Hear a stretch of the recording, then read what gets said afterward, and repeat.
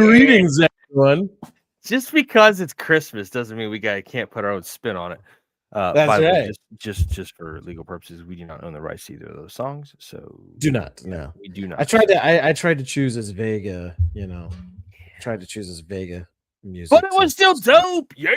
Yeah. What's going on, everybody? Welcome to the latest, greatest, and last episode of the Battle Bros podcast. Hold on. For the year 2025. For the year 24. Yeah. 25. You said 24, jackass. 5. 20, 2, 5. 2, 0, 2, 0, 2, 5. Oh, boy.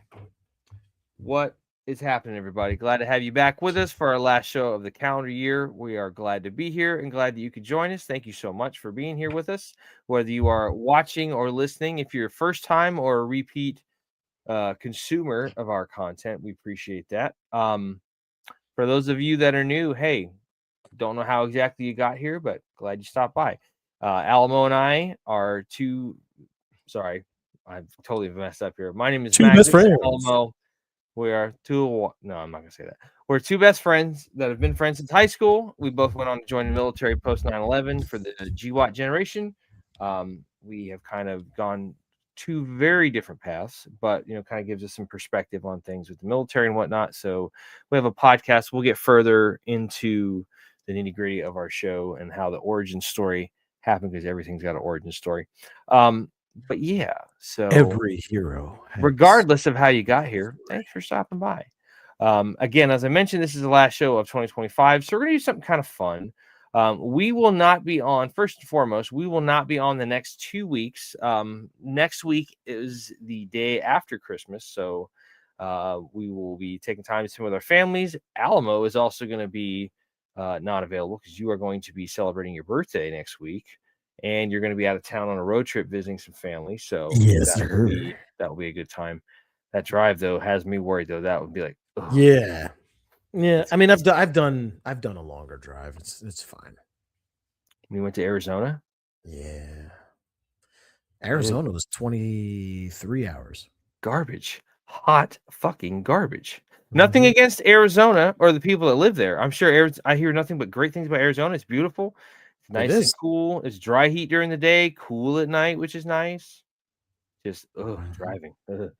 Yeah. Tour bus, awesome. I'm down. Let's do that. So I'd use a train. Trains are expensive. Dude, I just saw something today. We could take a train out of Union Station in Tampa and only have to hit connecting. I think we have to connect twice, and we could end all the way up in Seattle. And it's only like $650 for a ticket, which isn't bad. It's like 3,300 miles. That's actually not bad. Yeah. No, it's like 3,300 miles. I think it's like you pass through like 12 states. But it was awesome. And then if we could just find, I bet that trip takes a long ass time though. Oh, it's probably at least, I forget what it was, what they said it was. It was, I think, at least 33 hours. Yeah, that makes sense. Yeah, but if you could find something from Seattle and kind of come down Cali and then through the Southwest and stuff and head right back to Florida, like, let's book it. Let's do it. Yes, sir. That would be dope. That would be a cool vacation. Just be on a train the whole time. Don't have to worry about hotels or that stuff. Just stay on a train. Ding dong, ding dong, ding dong, ding dong. Yeah, song stuck in my head. Yeah. Did you say Dink Donkey Kong? Is that what I heard you say? Ding dong, ding dong. I thought you said Donkey Kong, but whatever. So that's my Donkey Kong. Sorry. That's my Gen X brain. It's also kind of crazy. Yeah, that's also a good. That's also anyway. So, if you caught our show last week, yeah, I'm still messing up. Jesus, if I back up, you're fine.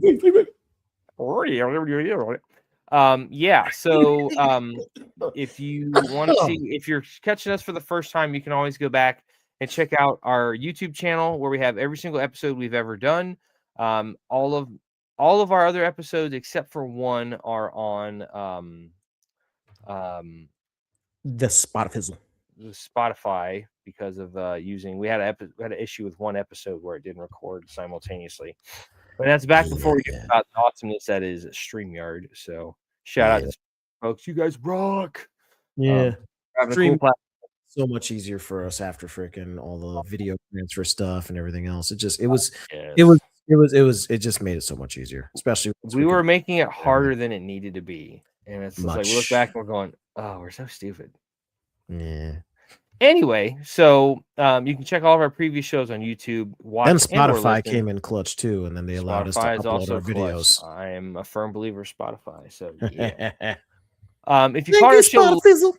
if you caught our show last week, that was episode 118, and we were talking about the topic of recharging your batteries and why that's important and why that can be crucial in this day and age of just unplugging, getting away, and doing something just kind of get your emotional freaking batteries back up to full charge and stuff. So go check that out. We'd had a good conversation on that. Since this is our last episode for this year and we are just shy of a week out from Christmas, we're kind of taking a Can little you bit different of believe that approach. shit, dude? I know it's already, dude. Where the hell did December go? Like just a minute ago, I was like still stuffed from Thanksgiving. I was just like bloated. I'm like, ugh. Yeah.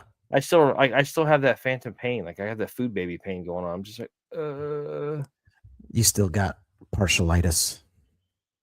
yeah. Partialitis. I had the I was feeling the effects of the tryptophan there, my dude. Mm-hmm. It sometimes lingers very hard, very long It into the period. does. Yeah. It's kind of like the in-laws. You're like, okay, you can go now. Bye. Get out. So, but anyway, seeing as how we are not too far out from Christmas for 2025, we wanted to take a little bit. We wanted to do a holiday approach, but not go. And I'm not singling anybody out when I say this, but I'm sure you know what we're talking about when we do like the stereotypical like holiday that's kind of gets to the point of being just overly cheesy and stuff. So we kind of wanted to talk about how that affects us being military folks, veterans, and all that kind of stuff. So yes, we came up indeed. with the concept of this show, and this is episode 119 called Gifts. And what we're talking about, what we mean by gifts is this. Gifts, we are kind of, to paint the picture, gifts are going to be, special things, events, special events, experiences that we were fortunate enough to take part in while in the military. It can also be certain items, and you'll kind of see where we're going with that. We're going to leave it a little bit vague for right now, but you'll see where we're going with that. But just things that are kind of that we're able to partake in because of our experiences in the military. So we each have a list of 6 different things. And they're not really going to be in any particular order, at least not for mine. Yeah. But I'm going to start it off because we both have this on our list, and that's traveling. Like, it was amazing to be able to travel, So for myself, starting off as, being a National Guardsman in the state of Florida, like just being able to go, like, back during 2004, so 21 years ago, when I had just gotten in the year previous, we got called up for Operation Gulf Winds. We had the 4 hurricanes come through that year, the 4 and 04, and we ended up going all over the damn place. We went down to Sebring, we went down to the Parish area. Then we kind of made our way up into the middle part of the state, Orlando, Kissimmee, also made it up into freaking the Panhandle. So like we ended up in like Pace and Milton, a little bit of time in Tallahassee. So being able to travel all over the state just made you really appreciate it. Plus, it was also a cool time. Okay, let me back that up. It was a good experience because people were very thankful. Not only was it right after 9/11, so like the pro-military feelings were very high, but also the sentiment. That's the word I was looking for. Yeah. The sentimentality towards the military was very high, but also just the fact of like being able to see like this is your community, like in the Guard, you're going out and you're helping people, and just the horror stories of people losing everything up to and including their lives. I mean, we not myself personally, but our unit did come across a couple of instances where there were fatalities due to the storm and stuff. So just being able to get out and experience that travel and seeing the people in the state, but also being able to go over and spend time in different countries. Like I never got off the plane in Turkey, but just being able to say that I've been to Turkey was cool. I've been to Kyrgyzstan. I've been to Ireland 3 times, like in the airport in Shannon. The people there are just so damn nice and stuff. I had a layover in Shannon one time. Beautiful. Like Yeah. just looking out in the countryside, the moors and stuff out there. Oh, it's gorgeous. Yeah, that's all I could do because it was a layover. I only had like an hour, I think, hour, 2 hour, Yeah. 2 hour layover. Yeah. But not just that, but actually going, like, say what you want about Afghanistan. Yes, it's a war-torn country. Yes, it's going to be that way for a long time, but there's a lot of natural beauty there. Like fell in love with the mountains in Afghanistan because being a Florida resident most of my life, you don't see that at all. No. Like you see some tall ass hills, but you don't really see mountains. So like being able to go over there and see that and like see the canyons and stuff, it just gives you a different type of geography and topography that you just don't see anywhere else. So I was very, very fortunate that I was able to travel and see the places that I got to see. So what did you want to say on that there, dude? Yeah, I mean, on mine, traveling was the same damn thing there. I got a chance to go to Washington State, which was, over on the West Coast. I'm not gonna lie, like Mako, I kind of fell in love with the West Coast a little bit. I mean, not the not the politics, but I fell in love with the landscape. Just how beautiful it is, the mountains out there. I mean, when I was in Fort Lewis, now Joint Base Lewis McChord, I mean, dude, we had a straight shot view of Mount Rainier in the distance, like just right across our airfield. And that was my view every freaking day. Like, especially like if we wanted to go to the post exchange, like we would walk to the post exchange and we're walking past the airfield and we're looking directly at Mount Rainier in the distance. And it was gorgeous, gorgeous, gorgeous, gorgeous. Then of course, I mean, obviously I went to Germany after that because we got reflagged. That's when you went from Deuce 4 to 3-2. So 3-2. Yes, sure. And I mean, Germany just has, there's so much culture and so much freaking,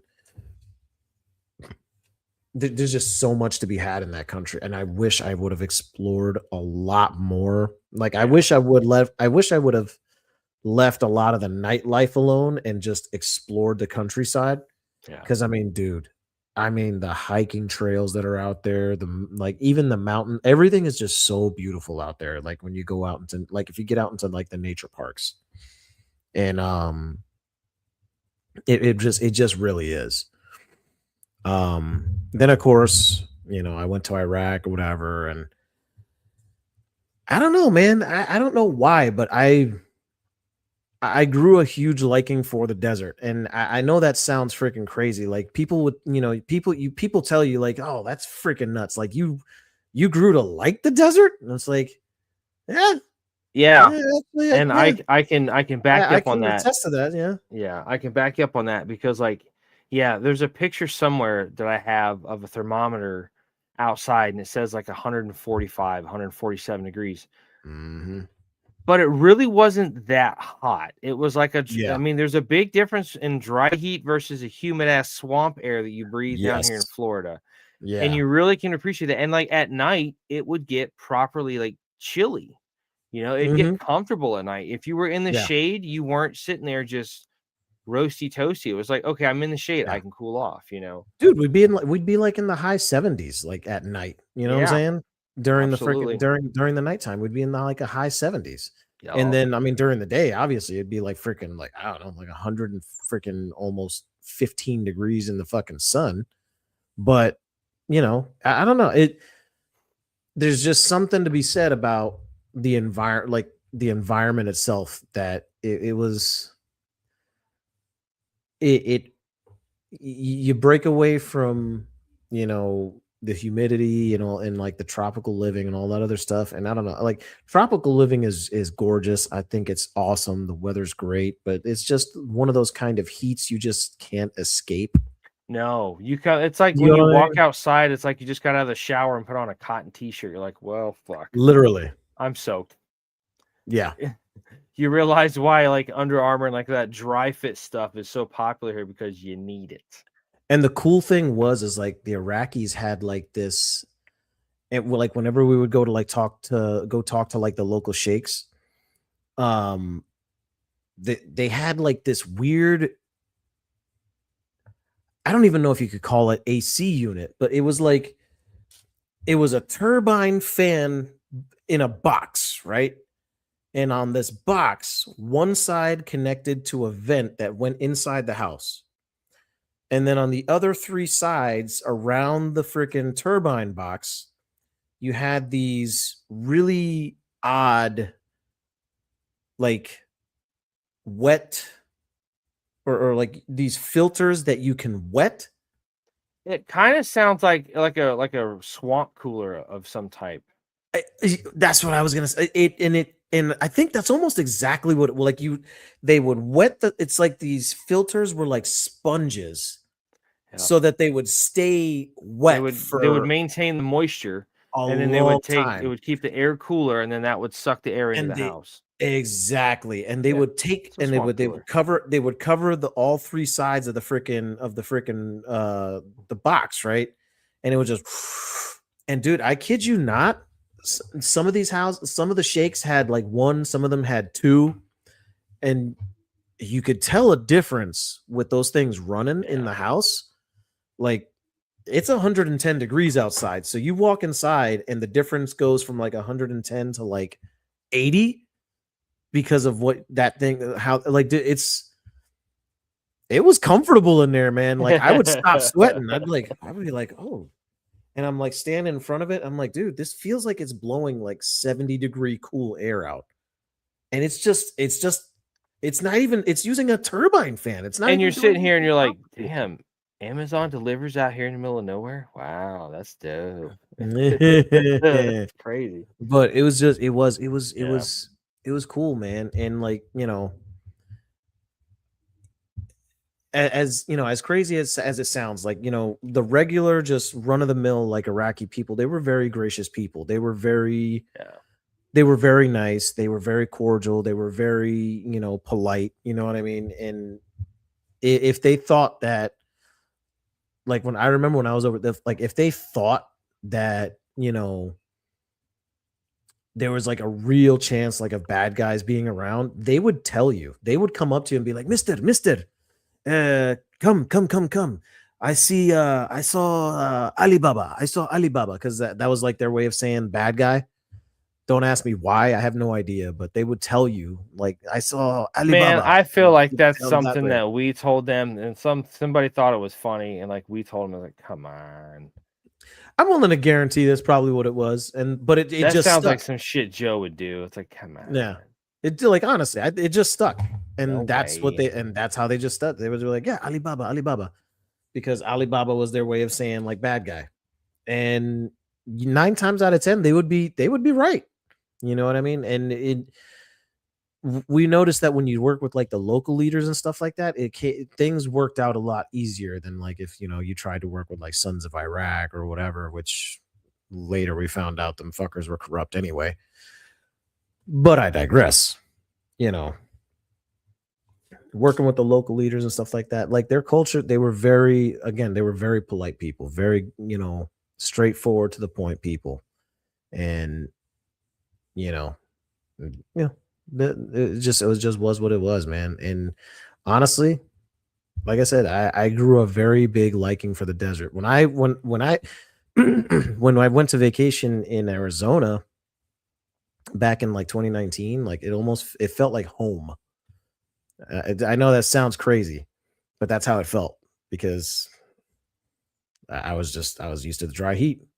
Now you Yeah. take a Florida girl, aka my wife, out of the Florida. Oh my god, it was so hot. Hey, I don't listen. The viewers, both of them, don't need to hear or see a homicide on our podcast. You just see flying shoe just decapitate you from the head. Just flying chocolate just comes out of nowhere. It's like, well, I guess I don't have a freaking co-host anymore. Well, shit, we don't need to talk about that. So But let's move on. tis what it is. Let's move on Moving to our on. next one. And this kind of goes hand in hand. It's going to be your second bullet point, and then it's going to be my last one. So you listed brotherhood, and then I Yes. also listed camaraderie. So they're kind of the same thing, but Yep. that was something, I had experienced that a little bit in high school, being a part of different organizations in high school and whatnot. But like, Yeah. that was all fine and dandy, but not to the extent that I had in the military, especially like basic training was Yeah. one thing, but like getting to my unit and like, especially with the guys I went overseas with, like for the most part, I got along with the majority of people there. There's a few, obviously interpersonal relations, it's not always going to be kosher and copacetic. But just like, especially guys, like once I came back and I was with my unit, my company for like the next 3 years, because I got back in 06 and then I separated in 09. And Yeah. the guys that I trained with, they ended up going on to I'm pretty sure they went to like, I think Jordan or something like that, or they went to Somalia as linked later on. But like I was pretty tight with the guys in my squad. One of my buddies, Darvin, we still check up on each other from time to time. He lives up in Ohio, so he's got stuff going on. I gotta reach out to him, as a matter of fact, once we get off here. But it's just the friends that you've made, the guys you served with, like War Daddy. War Daddy was like the first, my first regular, like he was when I got to my unit, when I went from being rear detachment and then got to my unit, we got called up for state active duty back in 04. He was my platoon sergeant at the time. And like just a fantastic leader. Like, and he became my squad leader for the Afghanistan mission. Ended up not deploying because of some medical issues and whatnot, which is unfortunate. But just like fantastic leader, man. Like really helped me to mature and grow up. And the other guys there, in their own way, they've done the same thing. I was very fortunate. A lot of the guys that I served with after, in Afghanistan and after, they've gone on to do pretty awesome things. A couple of my buddies are officers. They jumped over the fence. One of my buddies he's in the Mustang. Yeah, exactly. And even better. Yeah. And have gone, higher than like some of them are. I know one of the guys is an 04, one of them's an 03. So, but yeah, just having like, in like I distinctly remember like when we would sit down, the days like we weren't on duty, like we would just have the days off. We would all sit down as a squad, we'd eat together, we'd joke and bullshit together, and just like, especially serving with the guard guys. And when I was in Afghanistan, like the Tennessee guard guys, because all of the officers over there were all field artillery. So they had their own little, why is my light being silly? Just clicked up intensity for some reason. It doesn't like you. Something like that, dude. That's a weird one anyway.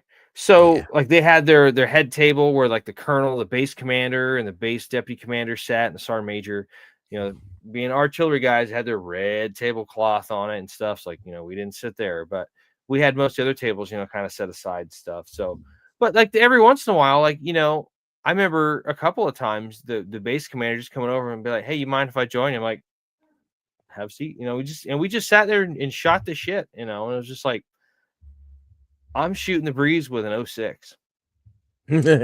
Okay, that's kind of badass. And I think if more guys kind of had the opportunity to do that, okay, that just quit on me. That's fantastic. Live show, folks. I need to get some better lighting equipment. So anyway, but yeah, just being able to sit there and shoot the breeze with an 06 is like, yeah, that was pretty wild to me. I was like, wow, that's kind of unheard of. So, but I mean, hey, it was a kind of regular thing, but just that camaraderie, that sense of like, everybody, it was a small base. We were maybe less than 100 dudes up there. It was an infantry platoon plus a bunch of ETTs and 100 off, dudes. like we all knew everybody. We knew who was supposed to be there, who wasn't supposed to be there, that kind of shit. So the camaraderie, yeah, just serving with those guys, and then some of the other NCOs that were around us too, that weren't necessarily in our chain of command, but just were there. Very, very fortunate. I'm very, very, very happy I got to experience, being around such great leaders. And then some of them are still serving. They went on to do, all kinds of crazy stuff. I got one of the guys I served with. He's a sergeant major. He's a command sergeant major, and I think he's overseas right now. There was a couple of National Guard guys that were, I think, KIA over in, I think, Syria or something. And I think those are two of the soldiers that were like serving with him or something. So it's like, damn. So there's still shit going on there. But yeah, the camaraderie, man, that's a gift. That was awesome to be able to have that experience. Yeah. No, I fully agree, man. And like, again, it's one of those things, that I think is pretty common amongst like many vets. Like, you keep in contact with the guys, not as often as you want to, or you probably should, but when your interactions happen, they're pretty good. Like, my my buddy Petrovich, he's usually sending me like goofy ass fucking messages on Facebook. I can't lie, I do forget to message him back with some goofy shit back. But I tend to respond, with some other goofy shit sometimes too. There's there's Fisk, and also who, I'll send him some encouragement and shit like that from time to time. He's a good guy. And it's also, not to interrupt you, but that's also one of like, talking about the camaraderie and stuff. For most guys or most folks, when they get out, that's the first thing they say they miss, is having that connection, all that kind of stuff. Yeah, absolutely, man. And a couple of the guys that I do know, that I do like, that I did get along with really well, have stayed in, and they've got storied careers now, man. Like my freaking buddy Kalfa, he became a freaking E8. He had his own company. You know what I mean? I think now don't quote me on this. I think he's up for his E9. I'm gonna have to verify with him. This might get right. But no. Well, I mean, your dome is covered, so we should be able to prevent a lot of the refraction. So my buddy Kalfa should be. You're not just gonna blow right over that like you didn't say a damn thing, dude. Just shut up. You're blinding the camera with them big ass chompers of yours, you jackass. I fucking humbug you too, there, jackass. But so he's done really well for himself, though, man. He was up at Drum for a little while. I don't know if he's still up there. Exactly. I don't know if he's still up there, but the last I checked, yeah, he was up there for a while, and he's freaking killing it, dude. And this guy, he's like the definition of like somebody that's like the comeback kid. If like you look back, he should write a fucking book. I'm gonna be honest. He really should. He's one of those guys where it's like you damn, and you came around and became a freaking E8 in the fucking military, and like you're like a lifer now. Yeah. I'm pretty sure if he ever saw this and I said, and he sees that I'm saying this, he's probably gonna be like, no, bro, no, like just shut up, bro, stop being humble. He's the one you tried to get on the show a couple of times, right? Well, I did. Yeah. The thing is that because he's, at the time he had his own company, it's a little difficult. Sure. And then, of course, there's Johnny. Johnny, went off and, did some hua kick ass shit.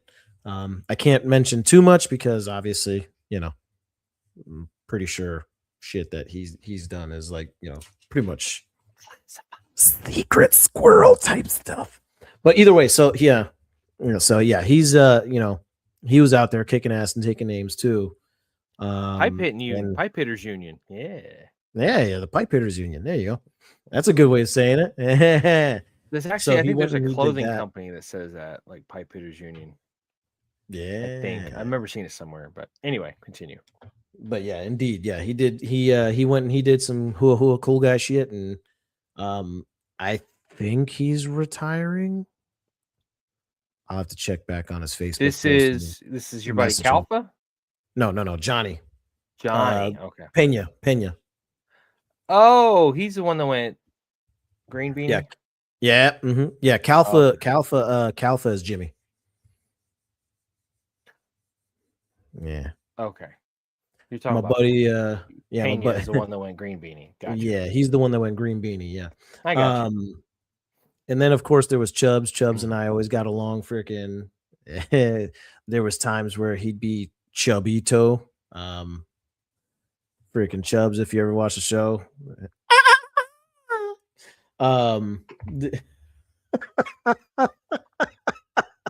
He would know what I was talking about. Okay, but you gotta understand, I clicked on the other tab to see what my next bullet point was gonna be. And I got a drink of I got a sip of my tea over here, and I just hear like in the freaking headphones. I'm like, what the fuck is that? It's like, yeah. Inside jokes are the best, dude. Because everybody just sits there and they're just like, what the fuck is going on here? You're just like, man, if you know, you know. You know.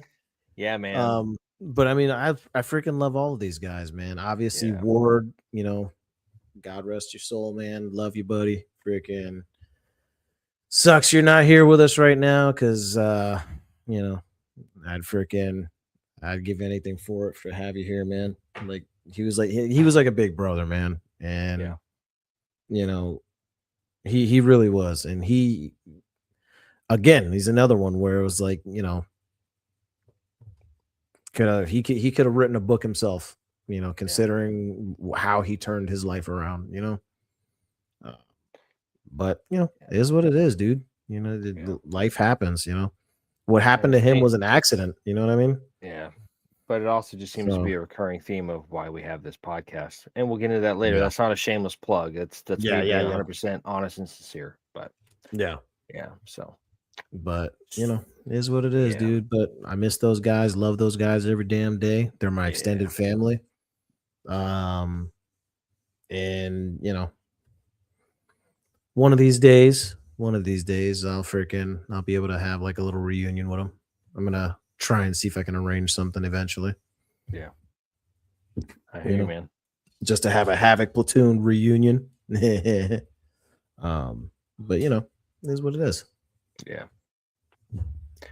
So the next thing I wanted to bring up, so these are kind of I'm going to switch over to like tangible things. So I consider it a gift that I was enlightened to the ways of the Whoopee. Listen, that's my backdrop right here. I have a Whoopee that I use for my backdrop in my office right now. I did not realize how magically wonderful that this piece of equipment is, to the point. And if you tinker, you don't know shit. Okay, listen. So for those of you that don't know what we were just talking about, which should be everybody because you weren't there, we were just watching this video of these two Italian guys. I think it's probably like a father and son, and one guy's playing it's a brother and a brother. Really? I think so. Anyway, it's two guys. You think you know? Yeah. You don't know shit. They're singing that, and one guy's strumming the guitar, the other guy's playing the squeeze box, the accordion. Yeah. And he's singing it with a great little Italian accent, and it is the funniest fucking thing. It's hilarious. Right? Just look up "You Don't Know Shit," and it's hilarious. I think it's you think you know. Tinker, you know. You think you know. You gotta write it all one word. But it's great. It's the kind of comedy. It's the kind of comedy and humor that YouTube used to be, and it should really do a better job of getting back to that. Damn right, it should. But absolutely. Anyway, yes, that's what we're talking about. But anyway, like I use my Whoopee all the time. And so, for those that aren't familiar with that terminology, Whoopee is a poncho liner. It's an issue poncho liner, and it's the most crazy thing because it keeps you warm in the winter, keeps you cool in the summer. You use it for fucking anything. All right. My daughter keeps it on her bed. She calls herself the Whoopee thief because she always steals it, especially in the wintertime. She just ends up like cocooning herself into it. And if I try to get it, she like it's just like her crazy cat lady nails will come out and go, and then I'm like, okay, never mind. I'll just cover up with this other blanket over here. But yes, the Whoopee. I'm very thankful for the gift. Like guys have been known to freaking take them, and they've been known to strategically transfer equipment to an alternate location to have one in their permanent equipment issue for themselves for personal matters. But yes, the Whoopee, dude. And over in country, we used them for like walls. We had them like up on like everybody had their own bunk bed. So the top bunk was where you put all your gear, and the bottom bunk was where you slept. And we would just take and tuck the Whoopee. I used mine as the door to my hooch. Yeah, exactly. Camp It was just Warhorse. like you tucked it under the rail of the top part there. So like you could just pull it down and it would be dark as shit in there and you'd be like good to go. And it was awesome. Yeah. Because we all had like blankets that we bought from the little bazaars because it got pretty chilly over there. So, but yeah. No. I was surprised how cold it got in the freaking desert during the winter, dude. Yeah, dude. We actually got I mean, it wasn't a lot, like it was, but we got some snow, and it was enough snow to like saturate the ground and make it all kind of like, oh, that moon dust mud. Oh, that moon dust mud. Yeah, that's the reason why I started wearing my NBC chemical protective overboots over my desert boots because it was a lot easier to clean mud off of that. There was a couple of the guys that actually did that, and I never did. I was a jackass. I just was like, well, whatever. I stuck my boot in it one time, and I didn't clear it off fast enough. It hardened like cement, dude. I'm sitting there chiseling this shit off my boot. I was like, there's no way. This was 5 minutes ago, and it's set like fucking concrete. Like, what the hell is this? Holy shit. Yeah. But yeah, dude, the Whoopee. Like, and you can buy them. That's great. Go to a surplus store and get one that's still in good shape. Like if it gets to the point where it's like, look, you can see through it, it probably needs to be replaced. But dude, a Whoopee is if you're anybody that goes outdoor, like if you're outdoorsy, if you go camping, dude, a Whoopee is such a crucial piece of kit to have in your bag. Just telling you right now. Go get a fucking Whoopee. It damn sure is. What you got next there, bud? Since we're going on the tangibles, yeah, the sleep system, dude. The old fart sack, yeah. Oh, especially like when we would go out into the field for in Germany when we would do like training, when we would do training missions in Germany, and just freaking be out there on the ranges and just like, it's funny because like you think about it, in a lot of the fucking a lot of the ranges and stuff like that, they didn't have like little areas shelters for us to like, go in and sleep. It was just like, all right, here's the rest area, and it had like a little overhang, and then that was it. And that's like, and they would be like, yep, that's where you're sleeping. Go to bed. And it's like, dude, my first drill, when I got out of basic, if it's not the first drill, it's one of the first drills. We went down to the Avon Park. It used to be called they now call it the Air Force Range. The Avon Park Air Force Range, but it's a bombing range. But they had a couple of small arms ranges where we did qualification. And literally, we had our entire freaking platoon like in squares. So each squad was a side of the platoon. We were all just all the way around. Yeah. And it was like October-ish. And it got pretty fucking cold down there. I was like, golly, like that's ridiculous. In Florida, dude. Holy crap, dude. You get, well, let me tell you this story. We were on the range, right? And it's funny too, because like we're getting if I know what the story is, then it's gonna be awesome. It is a slight different one. Oh, okay. What you get? So there was deer like running around, and like we had our nods and stuff like that, and we were just like kind of just for shits and giggles, like freaking using it to peek and shit. And I remember my buddy Ward, he saw like a deer somewhere like off in the distance. He's like, bro, there's a deer out there. And like we were getting animals like, and critters like kind of like in Germany, dude, Germany has fucking rabbits like fuck like they're that freaking big, dude. They're ginormous. Like You have your hand. So for the people that can't see that are listening, you're kind of a broad-shouldered dude, and you just held your hands about as from shoulder to shoulder. Yeah. No, well, they were the fucking jackrabbits. They were ginormous, dude. Straight up huge. And a couple of them started like passing by like our little, I guess you could say like campsite that we had out on the range. The bivouac site. And dude, it was so cold. Like I could not freaking wait to get into my damn freaking sleep system. Like because we had like the dual layered, like one jacket of the freaking sleeping bag, and then we got inside the even comfier sleeping bag, and then we had the cover that would cover our face. So if you've never seen a military sleep system, there's 3 layers to it. You have the jungle bag, which is like the lightweight patrol bag, which is usually green. Then it's waterproof, so that in case you're like sleeping on the ground, which typically we were, you didn't get no water inside the fucking bags. So you have the innermost, like you have that layer. You have the jungle bag, which is the lightweight patrol bag. Then you have the winterized, the winter bag, which was black. Yep. Which is a lot thicker and poofier. Yep. And then the whole thing goes inside of a Gore-Tex bivy cover. Yes. Which is what kept everything nice and toasty warm, kept the rain and everything out. Yep. There were some, I remember quite a few times being out at like Blanding or Paisley area. We did not have anywhere that had any type of tree cover. So like you just had to be out there. So like, as soon as you would open the flap where your head was, all that heat would just go, and it was gone.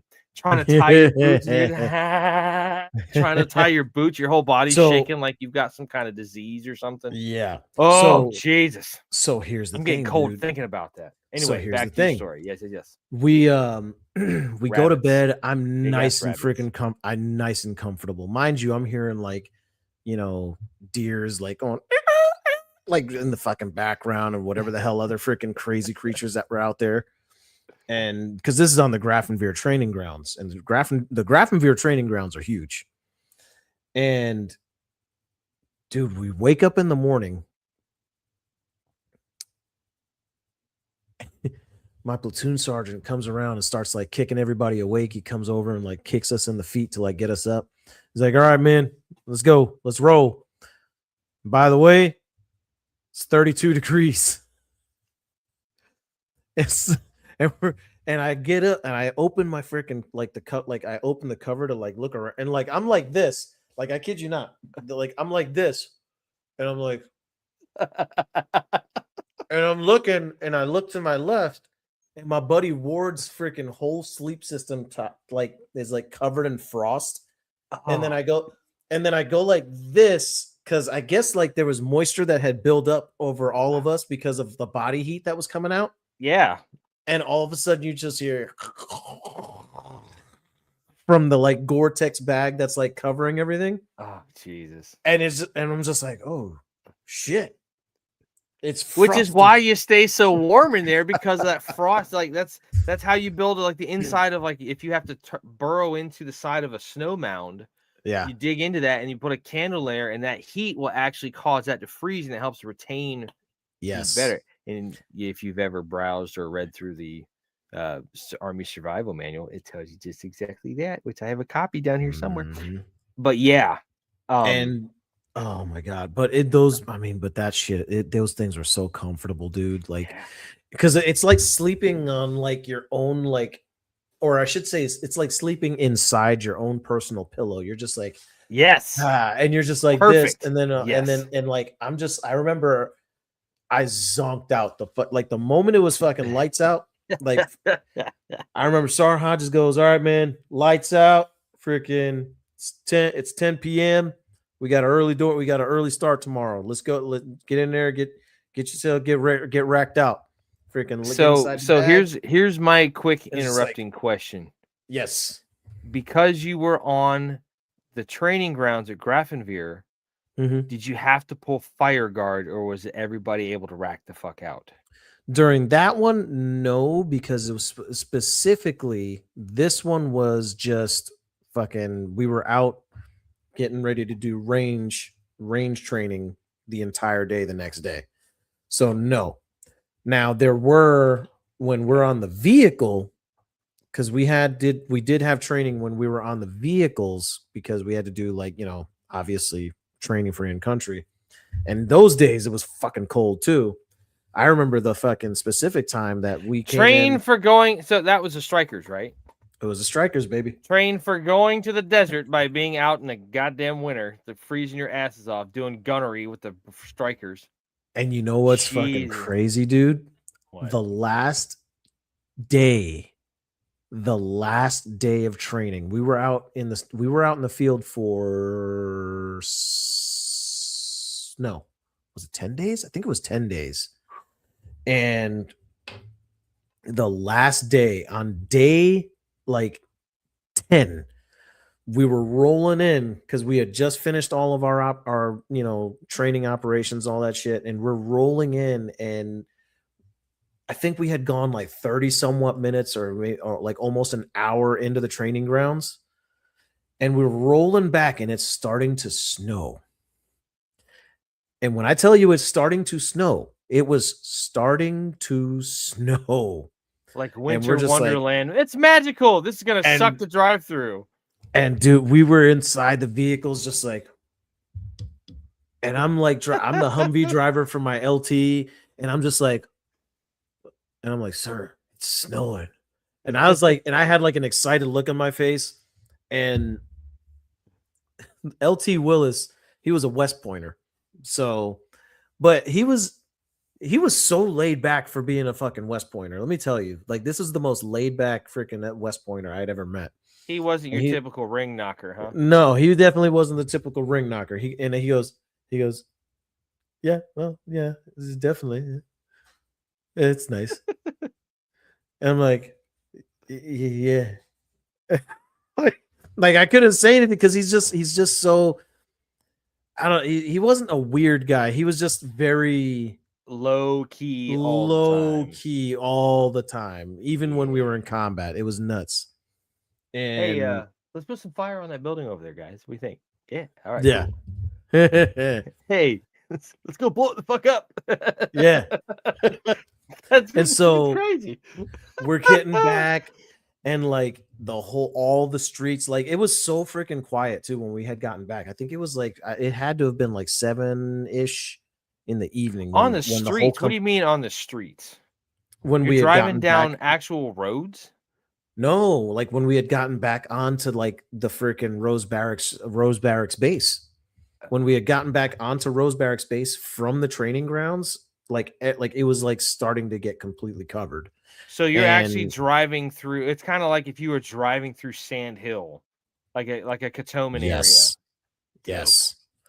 So and that's the cool thing about the Rose Barracks like Vilsic training area is that it's like you have your barracks, you have everything there, and then like, I mean, I kid you not, you go down one roadway and then you open the gates and boom, you're going directly into freaking Grafenveer training grounds. It's right there. Yeah, it was like right there. So we had easy access to do all of our training. The only place that we couldn't really do like any real like we had to like drive was Hohenfels, which was almost like a 2-hour drive. And Hohenfels, that was the major, like, that's where, like, everybody got to freaking gather to freaking train. Everybody. Like, all battalions. Gotcha. And, yeah, man. But, yeah, the freaking the military sleep system, dude. You get, and even inside the freaking strikers, we would, like, bundle it up. Like, I didn't even freaking break out the Gore-Tex, like, cover because, obviously, I didn't need it. But I would just break out the 2, like, sleeping bags, and I would just get in there, get in a comfy spot, and just.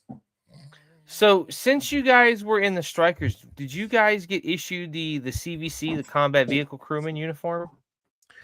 We did. Yeah, we did. But we only got issued those when we were actually in country. I got you. comfy ass uniforms though, man. Those things Yeah. breathed. And they're better than the flight suits because they got the little poopy flap. You got the crap flap in the back, so it's like you got to bust the whole thing down. Yeah. I would have loved to have. I really would love to find. I found some imitation, and this kind of goes with the next one I'm going to talk about. But I found some imitation. The old school, like for the Bradleys, when guys were in the Bradleys, they had the OD green union suit, the CVC uniform, but it had a really nice jacket that went with it. That was kind of like a flight jacket, but there's a couple of subtle differences. Instead of having rounded lapels or rounded collar, it had pointed collars and stuff. Yeah. But I've seen a couple of where they've been like they're like imitations, but they're pretty damn good and they're pretty close. If you find an original one, it's probably kind of a little bit tattered. It might be like, stored for a while, so it's not in the best shape. So it would be cool to have one because they look really super comfy and shit. But the next thing I was going to talk about was just like, I just mentioned the Whoopee, you mentioned sleep system. Two things that I routinely use all the time. One of them more so than the other because it's kind of weather dependent. Dude, I rock a Boonie hat all the freaking time. The Boonie hat is like the best piece of kit on your person that you can wear. PC's cool. Don't get me wrong. When you got your PC, like, everybody has their own way of doing it. They do the Ranger roll. They block it and starch it or whatever. Some guys just snap it, put it on their head, whatever. The Boonie hat to me is a lot more damn functional just because it keeps the sun off your neck. Like I was rocking a Boonie hat as much as I could in the winter or in country. When it started to come over to winter and we got approval to do so, I would rock the black fleece beanie, because those things were just amazing. They were. We were still rocking ACUs and we had all of our stuff was black.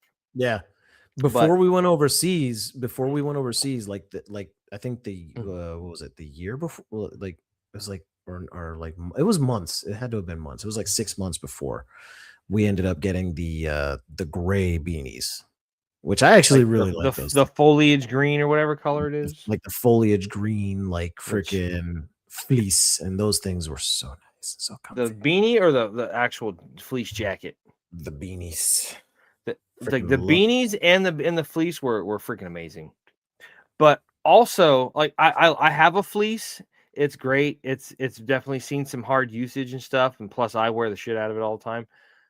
But the other thing that I wear, especially this time of year, dude, I have mine original field jacket from when I was at basic. Yeah. It's a medium. So like I told my daughter, I said, this is yours. And when you grow into it, wear it, go for it. I don't care. I have since bought another one for myself. And dude, I will rock the shit out of that all the time. Like I want to get another one because the one I have is like the OD green that they would have wore in like Vietnam. Brand new when I bought it. But I want to get a BDU pattern field jacket because like, dude, there's something just so classic and nostalgic about a field jacket, dude. I don't know what it is. It's just yeah.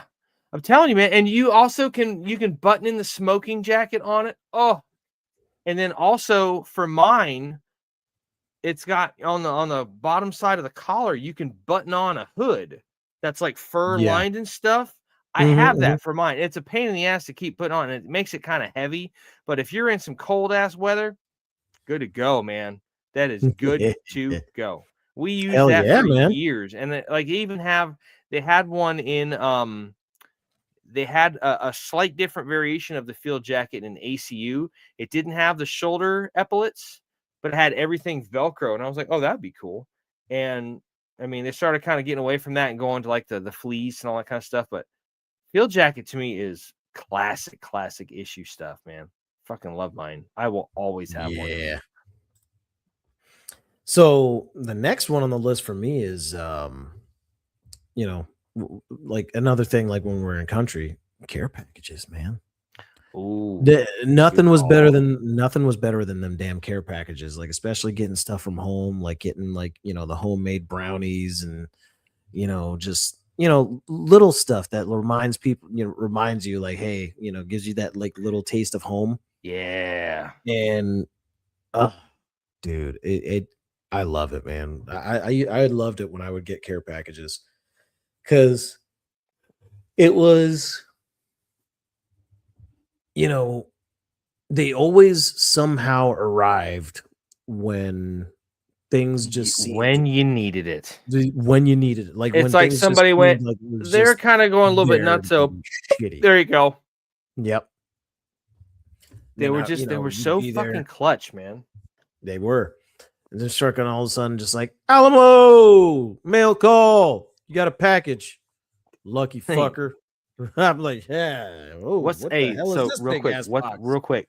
What's the best thing that?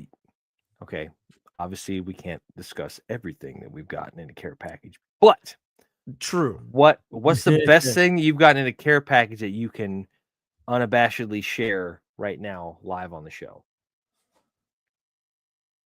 The best thing I ever got in a care package. I've got two things, but you go if you want me to tell one of mine while you tell yours or while you think of yours. I don't know, man. I honestly just the brownies keep popping up in my head. Because the homemade brownies that I got whenever I was like, they just like they freaking they Who just made 'em? hit the fucking spot. Was it mom? I don't remember. I honestly I know it was somebody in my family. I don't remember who it was though. So the But they best hit the thing, damn spot, dude. They hit the damn spot. one of the best things I remember getting out of box, and it was full of Pringles cans. And I'm like, I don't want fucking potato chips with the shit. So my aunt Pat made these things. They're called Buckeyes. And what it is it's Rice Krispies mixed with peanut butter and then dipped in chocolate. It's a chocolate peanut butter ball. So she made them, and then she Okay. packed them in Pringles cans. And I was like, oh my God, dude, these things were so fucking good. Just melting you. It's like that bit from SNL, Mr. Sweaty, your balls are so tender. It's like they just melted in your mouth. Dude. They were so damn good. Oh my God, they were so They're good. so tender. That and they weren't the best because by the time they had gotten to us, they were dried out. But getting cigars was always awesome. Because, dude, I was like, I'm 21, dude. I could die at any time over here. Like, let me fucking smoke a cigar. I don't give a shit. And that's kind of where my hobby with that kind of first started. My dad did that a lot. But that's same with kind of me. gave me that connection. You know, we had like celebratory cigars after we had gotten back, and we all kind of got together. And you know, there's pictures of me somewhere where I'm like, yeah, like, you're just cheesing like up. sitting there, like, and I'm just you got like a big puff of smoke just going like I got a picture of me where I'm standing outside of our bee hut. I've got 1 foot kind of up on the step, like I'm doing the Captain Morgan pose, and I've got a cigar hanging out of my mouth, like Patton or some shit. You know, standing there with my pistol strapped on my thigh. I'm like, I am such a badass right now, and no one will ever know. It was so great. But yeah, dude, care packages are pretty clutch. Yeah, care packages were the shit, man. It was cool though too, because I saw when I was coming home on leave, I was in the I was at the what was it? Exchange? No, it was the air base in Camp Phoenix, but then you had the other one, the air base that was like an hour's drive away. I can't remember. It was I forget what the main base was there, but it was like it's crazy. I can't remember that shit anymore. But I was in like the MWR hut there, and I was going to fly home, and they had a flag, a banner from the Bayshore Patriots, which they used to stand out on Bayshore Boulevard and wave flags and stuff right after 9/11. Like it was a big deal. And I was like, huh. And I took a picture of it. I was like, this is actually, I'm going home to there where this came from. Like, it's crazy. It's going to freaking kill me until I remember the name of that place. I'm gonna have to you're talking about the base that I guess when you were like getting ready to go home? The main airfield in Kabul. Camp Phoenix was over in Kabul, and then you had to like drive over to like where the airfield was, and I can't remember it now. I have to look it up. It's gonna bug me. You can't remember? No, I can't remember, man. Yeah, dig into those member berries, man. So But- while you're tinking on that, yeah. I got uno más. Well, I mean, I've got two more, but I've got one more. I guess that you could say is tangible. Yeah, go for it. Our platoon dog, man, Havoc.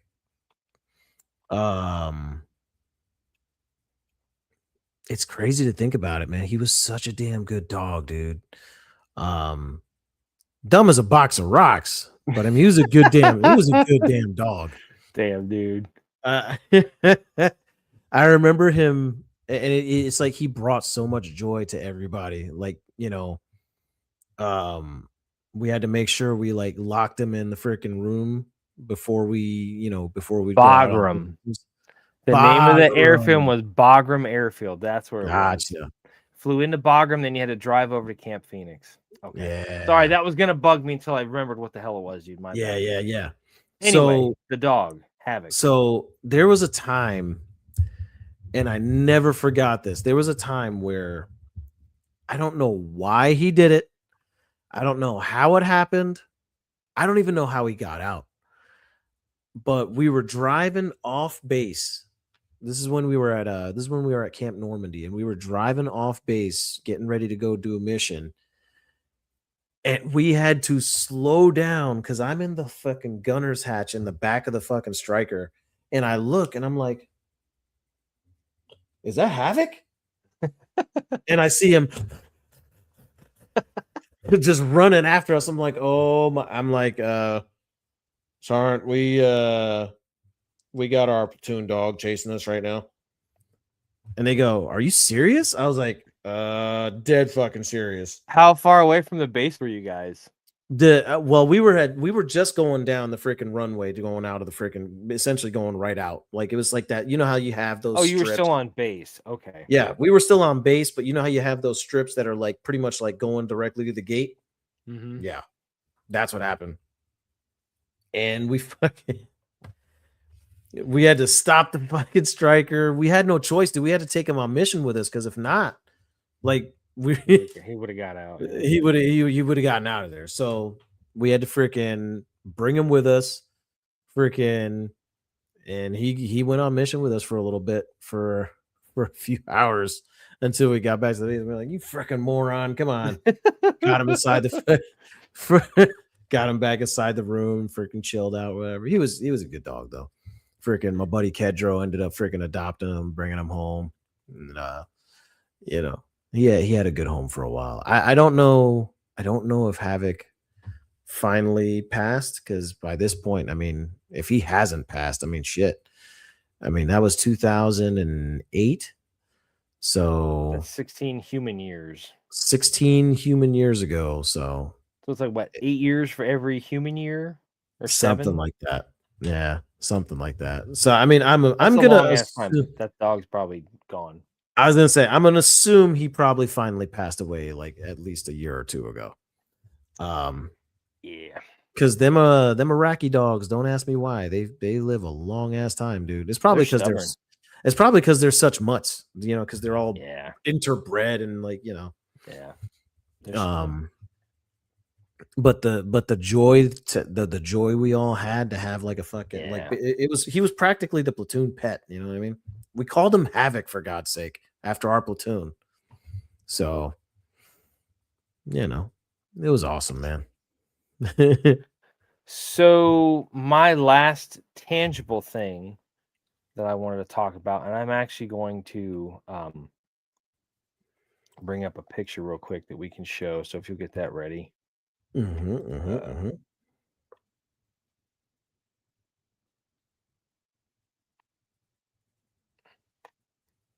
Yep, there it is. It's up. So if you, I don't know if you can see it from this picture, but this is a staff sergeant with the Shoots and Sneer. This is an older picture because he's still wearing the greens, which was a great uniform. I did not like the blues, but he's wearing his green service uniform alphas. He's got on the coat and everything. So he's got his infantry cord on, but he's also got on a Schützenschnur, which is the German Armed Forces badge of marksmanship proficiency. I'm giving it the wrong name or whatnot. But it is. Let me see here. Hold on. I'm gonna go back to this tab and just kind of. I was so upset when I missed that freaking German Armed Forces Badge of Marksmanship. That's what it is. yeah. But we had some German guys come to Florida, and I think they were out of CENTCOM, I believe. So they came out to Camp Blanding, and we got to everybody, try it out for it. A few of us got them. I missed getting gold by one, so mine is silver colored. It's that white rope with the metal portion has the German eagle on it, and it's either bronze, silver, or gold, depending on how you do it. And it kind of correlates to like, marksman, sharpshooter, expert kind of thing. So mine's silver. Yeah. But I was so pissed. I missed it by one. It was a first rifle shot. So you had to shoot like 9 rounds at 150 meters. And yeah, ours was modified. I'm gonna cut off this picture now. Ours was modified because you had to do, normally you do like a light service weapon, then like something heavy like a machine gun. Their embassy wouldn't let them bring machine guns, so we only could do pistols, which is the P8, which is their HK USP. You load it, decock it, so it's on double action. That first one, you walk from the firing line halfway down to the 50-meter target. 2 shots standing, first one in double action, 2 shots squatting, and then you go down to your knees and you fire 2 shots kneeling. And I nailed all 6 of those. So I was happy. So I was like, sweet. So 150 meters. I missed the first one on rifle, and that automatically dropped me to silver. And I was like, damn it. But being able to say that I have a shoots and snare, the nickname I've heard for it is some guys call it the Wiener Schnitzel, which I'm just like, that's awesome. Yeah. That's pretty cool. So yeah, I got a shoots and steer hanging up on my uniform. So I was pretty thrilled with that because I figured that was going to be guys that only went overseas or active duty or some shit like that. So that was pretty cool. So hell yes. Yeah. So that was dopey dope.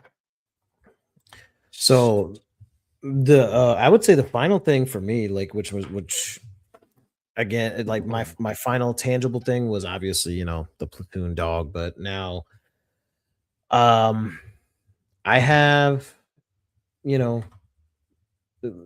I would say really, how do I say it in a way that makes sense? Basically, I learned what leadership truly can be through military service. And and granted, it does suck. I never got a chance to actually truly be in a leadership position. I only got tastes of it throughout my military career.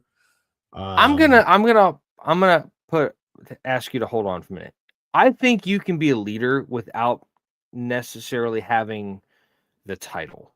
Like, yeah, I was in a leadership position. I was a team leader, and I was still a Spec 4. I was not a sergeant. I wasn't eligible for it at the time, and I didn't make E5 before I got out, and I kind of wish I would have. Yeah. But dude, you can be a leader without all that stuff. I ran across plenty of leaders that just were just regular old guys, like, Yeah. But when you come across a leader that's in that position that knows, like the social, like all the stuff from pop culture says, when they know the assignment, when you get good leaders that are in that position and they take care of their soldiers, they take care of troops, they hold you to a high standard. They don't fucking, they don't do fuck games. If somebody fucks up, you're gonna do some correctional training and stuff out in the woods at night and stuff. You're gonna go hit the wood line and go, pay for messing up and learn from it. But when you come across those individuals, man, I hear you. It is just amazing. And some of those guys don't even need to have stripes. You get plenty of leaders at E4. I knew plenty of guys that were E4s that were just fantastic leaders and didn't even have, the rank to go along with it. But who cares? Yeah. And that was the thing, is like I learned just by observance and by, doing what I could.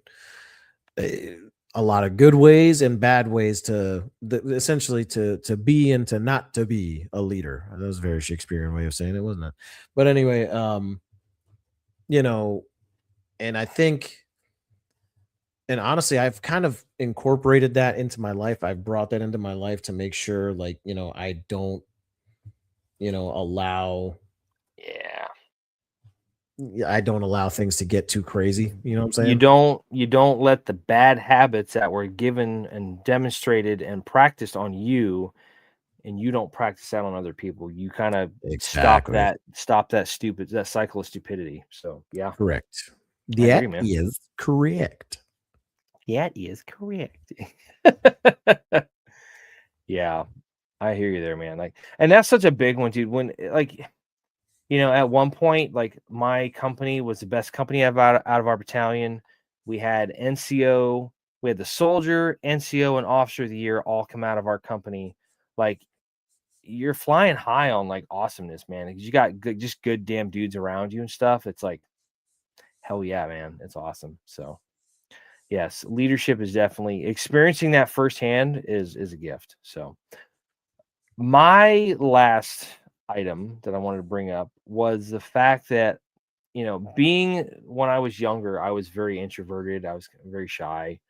Um, you know, I, like when I was in high school, there were some things that like kind of got me like attention and noticed like by my classmates and stuff. And just for like being, in the stuff that I did, like, I was in, music program at school, I was in band and, all that kind of stuff. Everybody knew me as that kind of kid, but like when I got to the military, like my it's kind of twofold. My self-esteem went through the roof, and then having that sense of pride also like just huge difference. And then also, and I'm going to add a third thing. I didn't put it on the notes, but a third thing, just that sense of the self-esteem, the pride, and the sense of purpose, just all like Yes, just sir. huge, profound influence on me as a young man. Um, my mom, she made a comment one time, and I never really noticed it. She goes, every time you wear a uniform, you stand up a little bit straighter. I'm like, really? She's like, yeah. She's like, normally you kind of like you're just kind of relaxed, but then you stand up, your chest is pressed out and your shoulders are back. And I'm like, oh, I never noticed. She goes, yeah, you did. I'm like, no, I swear to you, I never did. But just also like that sense of pride, like I've noticed, like, when I'm at work, I am with a kid that's in kindergarten, so I'm at school all day. So when they stand up and say the Pledge of Allegiance, some of the kids, like, they haven't learned like you use your right hand over your heart, not your left hand, or they're just kind of twiddle farting around and doing all this other stuff. And one kid looked at me and he kind of saw me and he kind of just stopped because I was stand up paying my paying my respects to the flag and stuff, saying the Pledge of Allegiance and whatnot. And he's like, he didn't say anything, but I think he kind of noticed that I always kind of stood up and just was quiet, and I said it to myself and whatnot. And he's just like, okay, and he kind of started not really messing around too much. And I was just like, okay, cool. So, but Yeah. also just that sense of purpose, like doing something better than yourself. Like I'm very fortunate that like that's been such a profound trait that I've carried with me going forward, especially like in what I do now as a therapist. It's I don't mind making a sacrifice of time or inconvenience or something. It's like I'm working towards something that's a higher calling or better down the road and stuff. And I know it's not Yeah. the same thing as being in the military, but it kind of is, kind of isn't. So it just, that's what I put down. But yeah, the self-esteem, guys, people treated you differently when you're in uniform and stuff. Like I remember, Yeah. when we were on state active duty during the deployment, the we were on state active duty in '04. People just came up and we were staying out on State Road 50 on Colonial Boulevard out in Orlando, and we're in BDUs. And we didn't have the sleeves. I don't think I ever rolled the sleeves up once on BDUs. I think maybe Boo. I know, dude. I was pissed. It was so freaking hot. You had the sleeves down all the time, but you're out there in black leather boots, jungle camis, wearing a PC. You got like this sunburn all the way around your face, except for where your PC covered, and everything from up here was white. But people would Mhm. come up and they'd see out there, and they were bringing us water, and they were Either bringing that us. or when you had the freaking berets, the beret tan, like just like it's Oh, like you that's got the that part right worst. I there. hate that So look. your whole like all this right here is like, Ugh. nice and cool, nice and skin toned, and everything else is like, Sunburn, yep. Yeah. yeah. But I mean, people would come up and they'd bring us like food from like Boston Market, and they'd bring us water and stuff. Like, hey, we know you guys are out here busting your ass to help us, in this. I want Boston Market now. I'm not gonna lie. I could go for some A of their nice food. half rotisserie. Actually, now that I think about it, I haven't seen any Boston markets. Are they still a thing? I think there's still one over here open by me in Brandon. Dude, And no, I think it's actually right across the street from Mission Barbecue, over in front of like where Kmart used to be. Oh, Yes. damn. But yeah, dude, like just that sense of pride and self-esteem, and like people just treated you a lot differently, because it was Yeah, right after 9/11. The hurricanes had just rolled through, so a lot of people were just, had nothing, and they were just still just like, hey, we appreciate you guys coming to help keep it safe and stuff. And it was so it was just such an awesome experience to have, but it was also just so damn formative, as a young man experiencing that. So yeah. that's Mhm. definitely one of the gifts of, my service, my military service career. I can So agree with that. Yeah, yeah, I think that I felt the same way back then. Um, I feel like I did always kind of stand much taller when I was in uniform. Um, and there was this sense of like, yeah, thank you for, 'cause it made me feel good that people thought, higher of me because I decided to make a decision to serve my country. You know what I mean? And it was and always it's like, you know what I especially mean? back then too. I mean, again, think about, post 9/11. It's like patriotism was at an all-time high, dude. I It mean, it was. was. And that's just, and I'm not saying it's not now, but it's just slowly withered and withered and withered away. It's not the Yeah. same that it was, obviously when we Yeah. were in the middle of conflicts, in Iraq and Afghanistan and all that kind of stuff. And that's not trying to make any type of political statement. It's an Yeah. observation. It's not the Yeah. same it was when we got in, it's this is a different generation now. So, but Yeah. The enemy went from being the people we were fighting to each other. yeah. Is really what the problem became. Careful. Let's not flirt with that line, my good man. Trying to keep it positive. Happy gun. Just Cool. saying. So anyway, that's our show on gifts. Those are the gifts that we have, got to Not experience gifts, GIFS, gifts with T. with a T.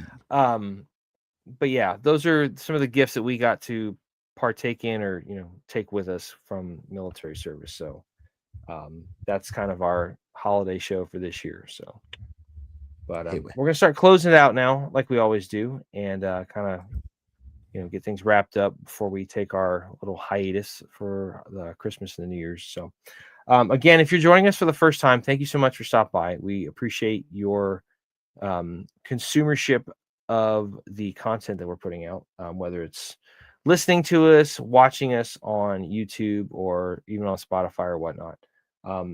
As we mentioned earlier, Alamo and I have been friends for a long time, like 20 plus years. way too long. We met in high school. I was a senior, he was a freshman, and 9/11 happened. We both had ROTC together, both ended up joining the military. After the military, we kind of, stayed friends, stayed in touch. Ended up working together at a job. Ended up working with this glorious person by the name of John. John was an absolute treasure of a person. He was a funny fucker to be around. The kind of guy that just makes work so much fun. Like, it could be digging ditches in the miserable fucking heat, and he'd just be like, and it would just be awesome. He just had that gift to just lighten up any situation, just be like, bro, Granger. It's just fantastic. And if you worked with him, you know what we're talking about. And if you don't, well, you just gotta use your imagination. But And the thing was, is like sometimes it was just like, excuse my French, but just like retarded humor. It was just it was just like, asininity at its best, man. It was just like it's like old school, the movie kind of humor. It's just like yeah, ridiculous, just juvenile, jocular humor. like, bro, what if what if we like loose some arrows into my dartboard? You know what, John? Was it a That regular? sounds Was like it a great idea. Was it a compound bow or was it a crossbow? No, it was yeah. It actually wasn't a compound. He had like an old school, like, Oh, he had like a recurve or like just a like regular recurve. Yeah, like a Okay. recurve bow. Nice. And like I remember taking it, it went zoop, right above the dartboard. And he's like, bro, that was a bad shot, man. Like, and I was like, yeah, I see that, John. He's like, check this out. He took the arrow, he goes, zoop, and it goes right at the top of the dartboard. He's like, at least I hit the target, man. I was like, oh my god, good times. So good. So the three of us kind of eventually all went our own ways. And then Alamo and I, kind of stayed in touch throughout different jobs. But I got approached by Alamo and his wife to work an event for her organization, which is called Flipside Mentorship. Go check out flipsidementorship.com because they have a wonderful amount of things going on over there. Mentorship kids. You can better explain that, man. I mean, what all do they do? The major thing that we try to do is teach kids how to be able to look out for each other when the parents are not around. As an anti-bullying organization, we teach them how to be leaders. We teach them, if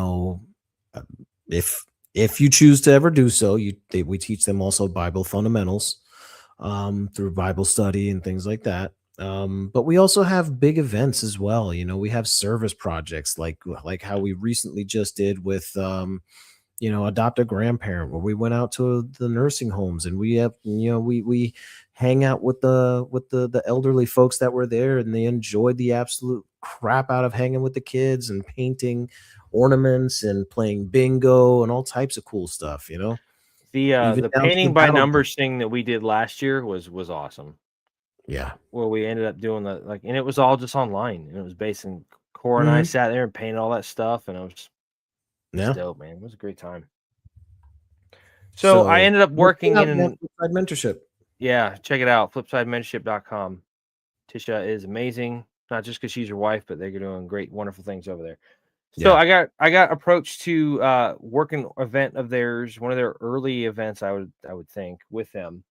And dude, we had a blast. It was like, we were like, we got the band back together. All right, yeah.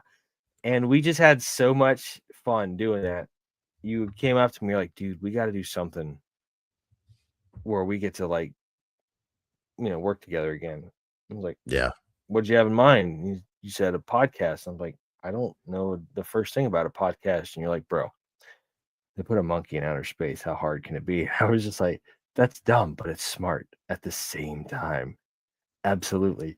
So we kind of talked about that, put on the back burner. Well, eventually, during this time, I had found out from a friend of John's that John had committed self-harm, and it was no longer with us, and solved a temporary problem with a permanent solution.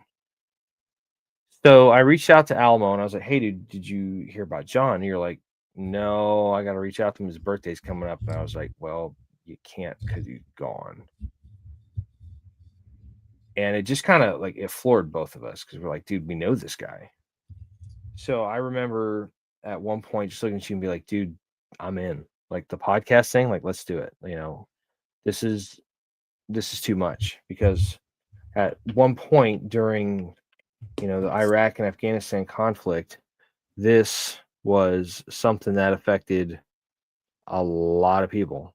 22 veterans a day on average were committing suicide that number may have gotten a little bit higher, substantially higher. I don't know the statistics on that. We'll probably have to look that up while we're on break just to make sure we have some up-to-date information on that. And it's awful, but when it's somebody you know and can put a name and a face to and recall funny memories, like it just hits that much harder. Yeah. So for me, that was my catalyst moment. I was like, hey, let's do this. So we started, kind of brainstorming, coming up with the name.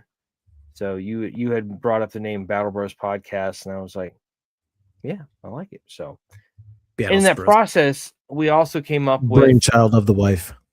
Well, give credit where credit's due. Thank you, wifey, for helping us out and giving us an identity. Indeed. But we also came up with the Battle Bros Code. And what the Battle Bros Code is this 4 easy tenets that you can follow and practice yourself when things get harsh. Okay.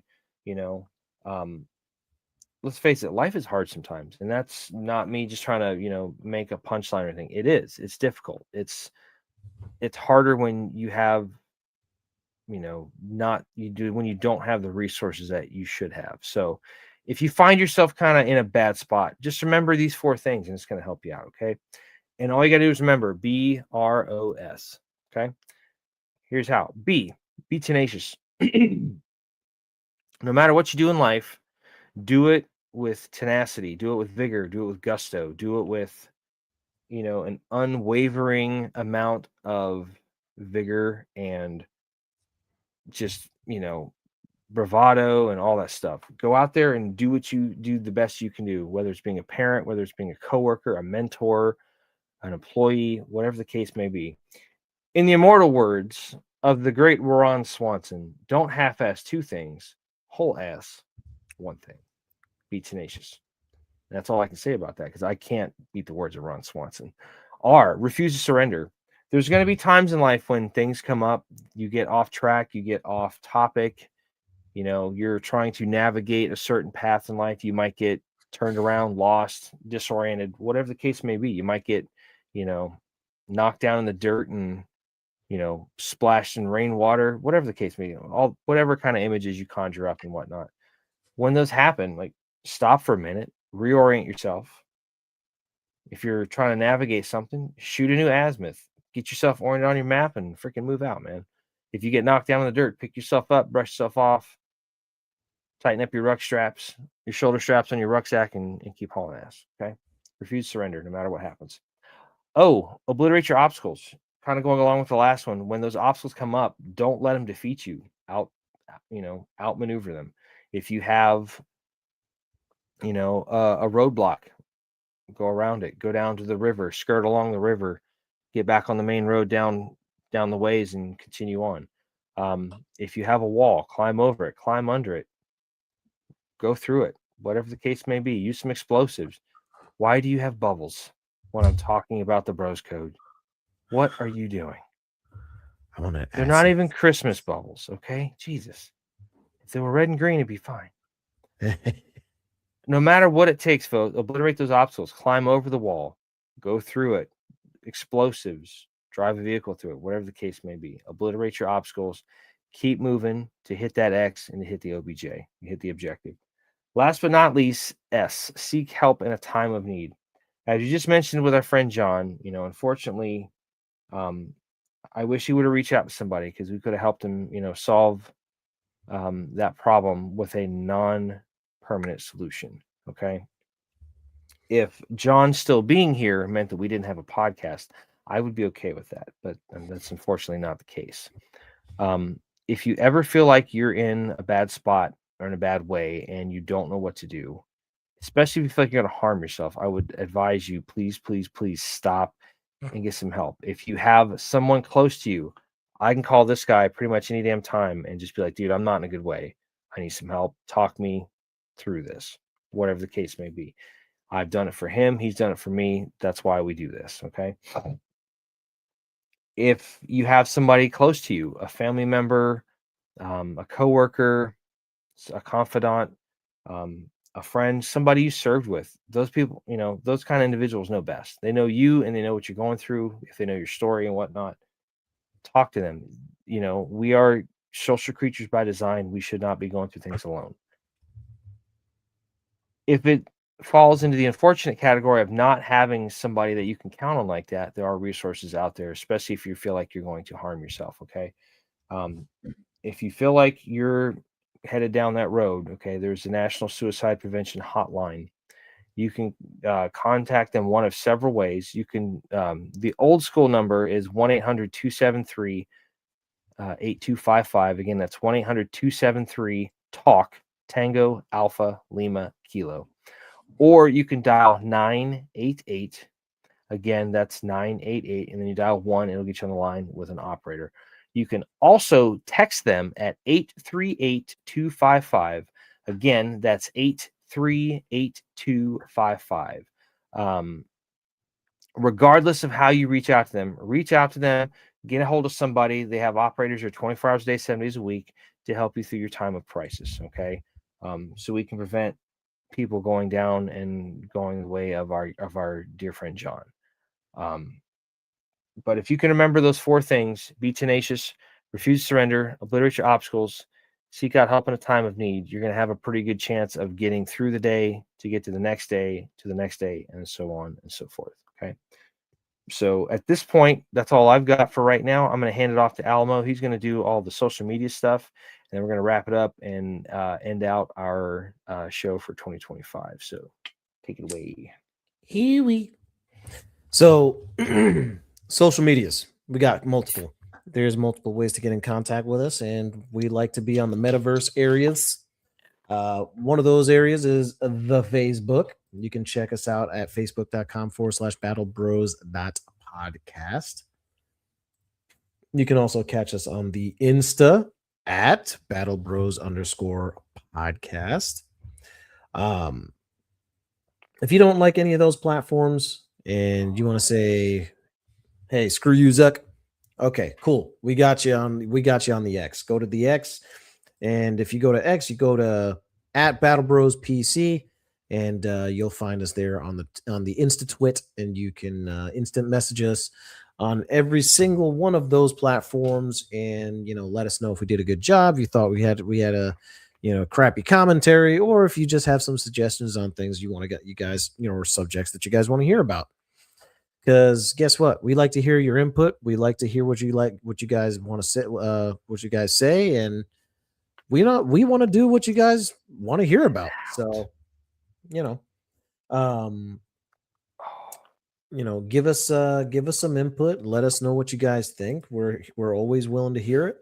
And also, if you guys want to more privately message us with some extra critiques and all kinds of good stuff, you could always get us over on our Gmail, which is battlebrospc@gmail.com. For you radio listeners out there, I'll repeat it 2 more times. That is battlebrospc@gmail.com. One more time, battlebrospc@gmail.com. And you could message us there. Give us a nice extended little message. Let us know what you guys thought and subjects that you like. If you guys think that we helped you out in some way, shape, or fashion, we'd love to hear that as well. And obviously with your permission, share it, on the show, because we want to know if we've helped people out, man. And that's what we're here for. Like, you could look at us being goofy bastards all the time, or sometimes not being goofy bastards, and you guys could think like, okay, that really helped me out, or hey, that really helped out a friend of mine, or my cousin, or my son, or my brother, or whatever, and that's really what we want to, that's really what this show is for. We don't really care necessarily about the numbers, God willing, as long as he's wanting to get us shared out there, the numbers will show for themselves. So but again, at the end of the day, it's really not a numbers game for us. It's how many guys can we save, how many gals can we save, and that's really what matters. It's our brothers and sisters out there that are still in uniform, or maybe you're out of uniform and just struggling. So that's really what it comes down to, man. If you like hearing what we have to say, you can listen to us on multiple platforms. You could do that obviously here right on YouTube. You can do that on Spotify, iHeartRadio, and multiple different and multiple different streaming platforms. One of which being Rumble. All you got to do is go to rumble.com. And when you get to rumble.com, go up into the search bar, type Battle Bros, all one word. That's Battle Bros, all one word. And you'll find not all the videos, but you'll find pretty much the videos that have been the most recent being uploaded. Unfortunately, there was a little stint where, episodes weren't getting uploaded from automatically from the YouTube onto the Rumble channel because, let's be honest, Rumble and YouTube don't like each other. So yeah, I'm going to assume it's the collapse of the relationship there that caused that problem. But I upload physically all the episodes that we got here onto each platform. So you'll be able to see all of those right on those platforms of your choice, wherever, whenever you want. Listen when you're driving. You shouldn't be. You shouldn't be watching. You shouldn't be watching. You should be listening. Which is where Spotify and Rumble come into play. Because you can do off-screen play. Well, you can also use YouTube. Just set the phone aside and don't watch it. Just listen to it. Yeah, you can do that too. But yeah, just message us. We love like I said, we love input. And the more input we get, the better we can make the show. Yeah. Because we like hearing what you guys have to say, and we like seeing what you guys, think and what you guys want to hear about.